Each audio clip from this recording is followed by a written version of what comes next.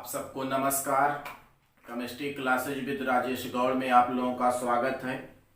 तो आज जो है हम लोग अगला रूल पढ़ने जा रहे हैं, हाइजेनबर्ग अनसर्टेनिटी प्रिंसिपल। तो हाइजेनबर्ग अनसर्टेनिटी प्रिंसिपल के पहले जो है देखते हैं बोहर और समरफील्ड मॉडल में क्या बताया गया। इन्होंने बताया क्या, it is possible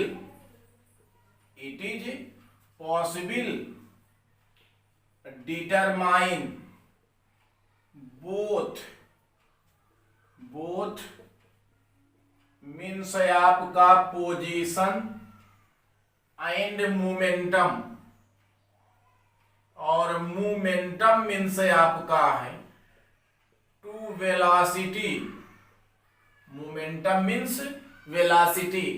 तो it is a possible determine both position and momentum of an electron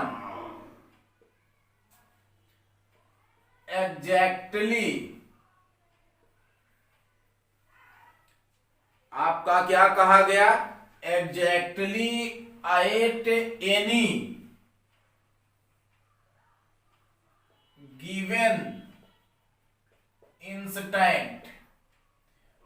बोहर-बरी और समरफील्ड मॉडल में यह बताया गया कि किसी भी गतिशील इलेक्ट्रॉन, किसी भी momentum velocity of an electron, इसकी दो चीजें पोजीशन और आपका मोमेंटम का निर्धारण जो है ये साथ साथ पॉसिबल है।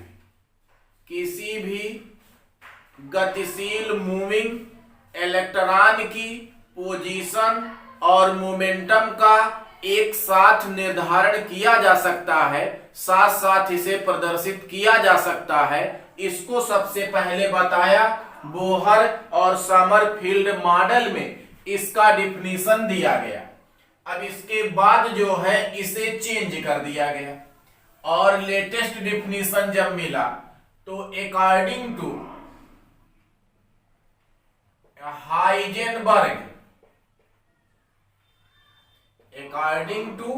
हाइजेनबर्ग प्रिंसिपल, इसमें क्या कहा गया, एक लाइन जोड़ दें, on the basis of dual nature of electron. ये इलेक्ट्रॉनों के डुअल नेचर के बेस पर यह डिफिनीशन दिया हाइजेनबर्ग ने और कहा इट इज ए इम्पॉसिबल। ध्यान देंगे, ये क्या बताया, it is A impossible determine both possible and momentum of an electron exactly at any given instant. इन्होंने कहा कि किसी भी गतिशील कण की स्थिति और संवेग का निर्धारण साथ साथ संभव नहीं है। किसी भी मूविंग पार्टिकल की पोजीशन और मोमेंटम को साथ साथ हम डिटरमाइन नहीं कर सकते हैं। यह बताया किसने, हाइजेनबर्ग ने। हाइजेनबर्ग आपका कंप्लीट नाम क्या है, वर्नर कार्ल हाइजेनबर्ग, और इन्होंने दिया 1927 में ये रूल दिया। किसके बेस पर दिया, डुअल नेचर ऑफ इलेक्ट्रॉन के बेस पर दिया। इसे कहा गया Heisenberg uncertainty principal. Most important है। अब पोजीशन और मोमेंटम, यदि पोजीशन को डेल्टा एक्स लिख लिया जाए, मोमेंटम को डेल्टा पी लिख लिया जाए, तो ग्रेटर होगा और इक्वल होगा h/4 पाई के। यहां आपका delta X is equal to uncertainty in position है, इसे रिप्रेजेंट करता है। Delta P uncertainty in momentum को शो करता है। और हम जानते हैं कि P is equal to M into delta V होता है। Multiplication of mass and velocity is called momentum. तो यहां हम लिख लेते हैं delta X into M into delta V is equal to और ग्रेटर है h बाई 4 पाई के। यहां पर आपका यम है मास ऑफ इलेक्ट्रॉन, यहां v है आपकी वेलोसिटी में अनिश्चितता या अनसर्टेनिटी इन वेलोसिटी। तो ये आपका है delta X into delta P greater equal है h बाई 4 पाई के।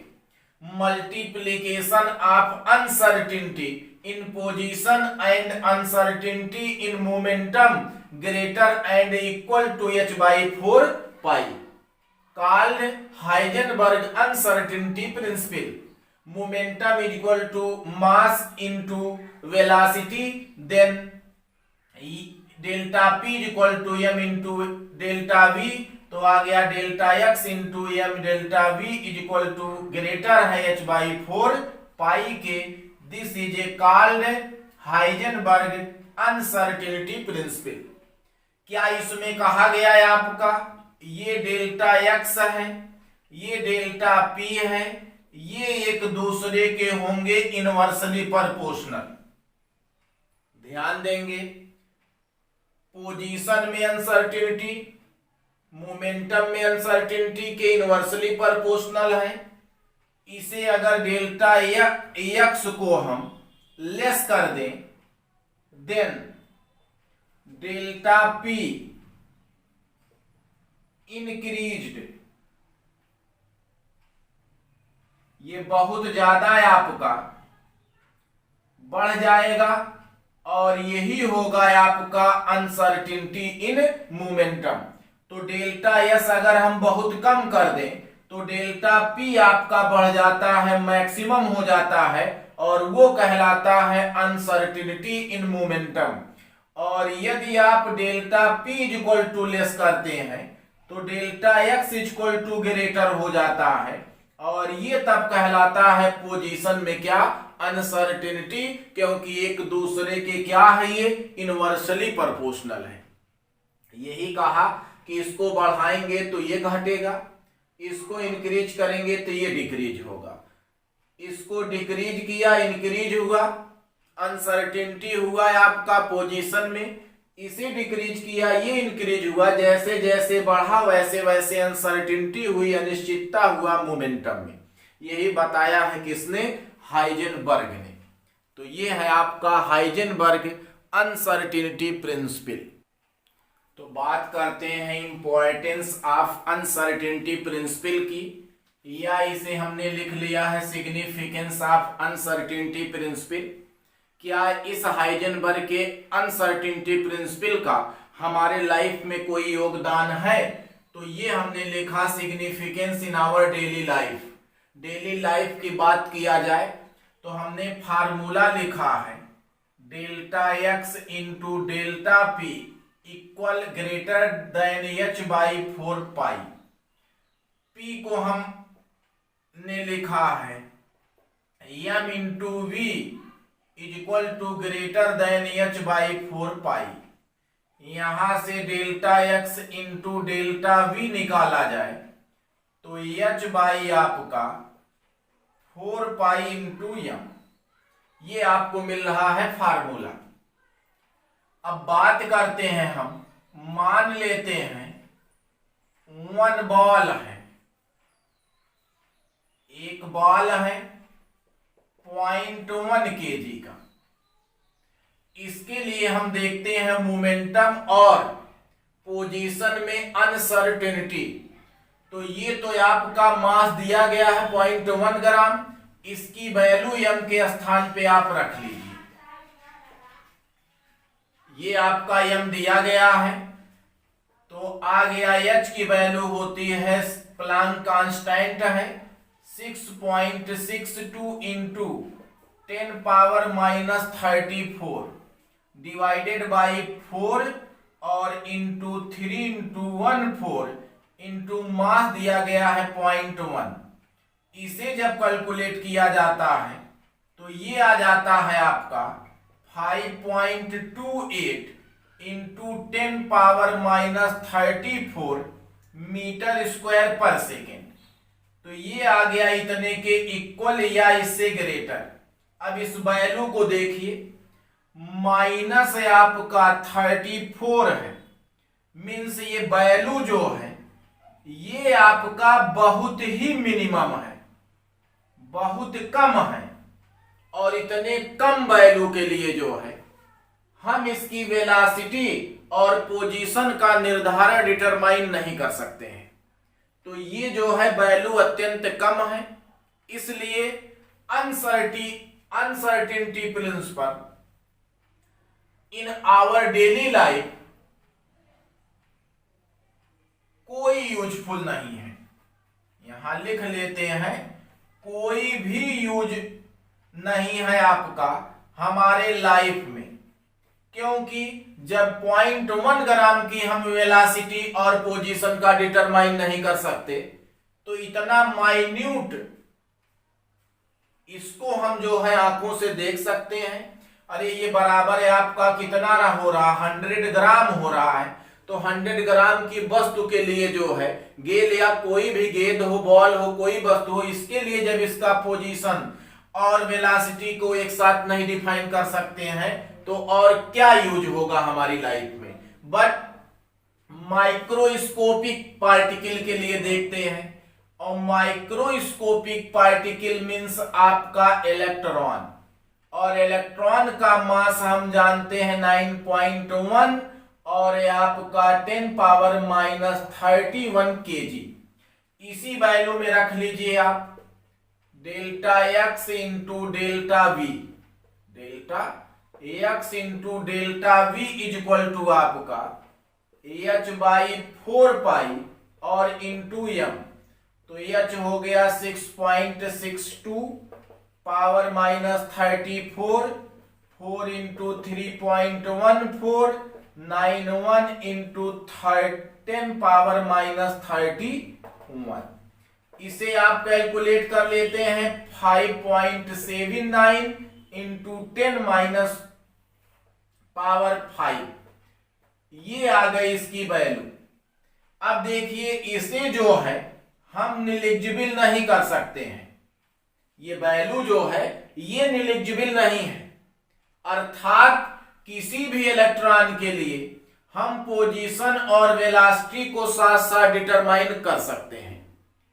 तो for electron it is A possible determine both position and momentum of an electron exactly any at given extent।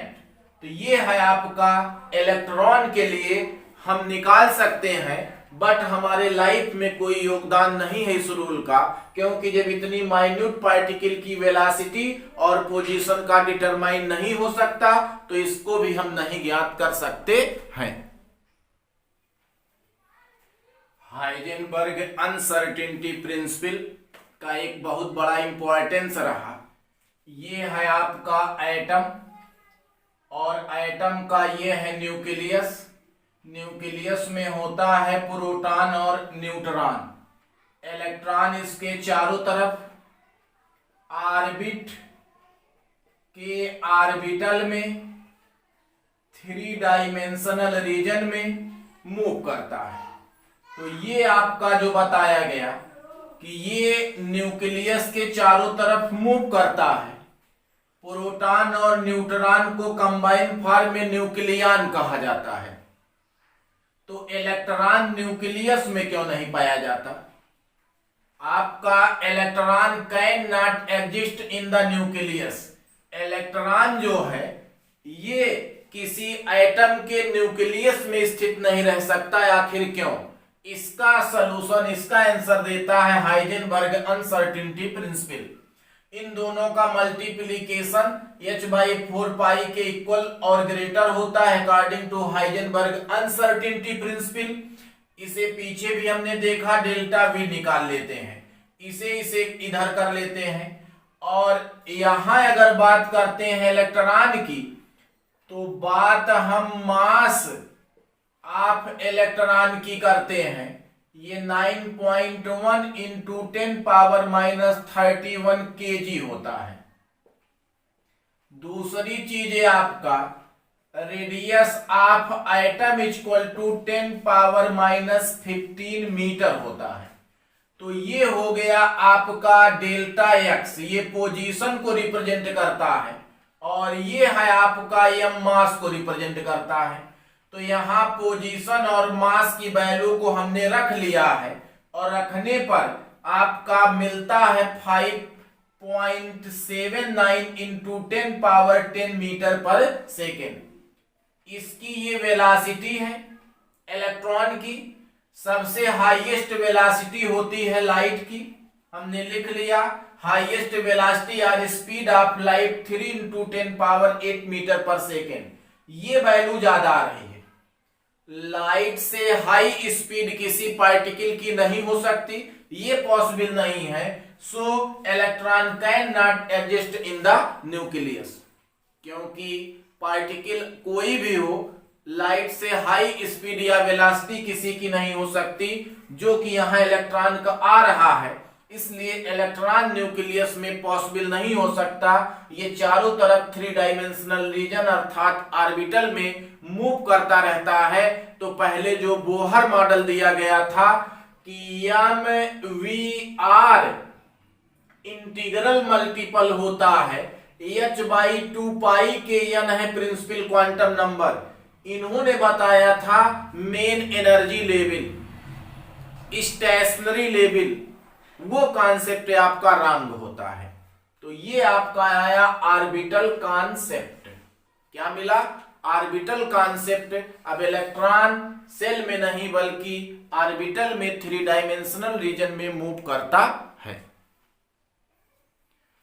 यहां से आपके 2 क्वेश्चन कैलकुलेशन के लिए मिलते हैं mathematical. Delta x into delta P greater है h/4 के। ये कांस्टेंट है, ये भी कांस्टेंट है।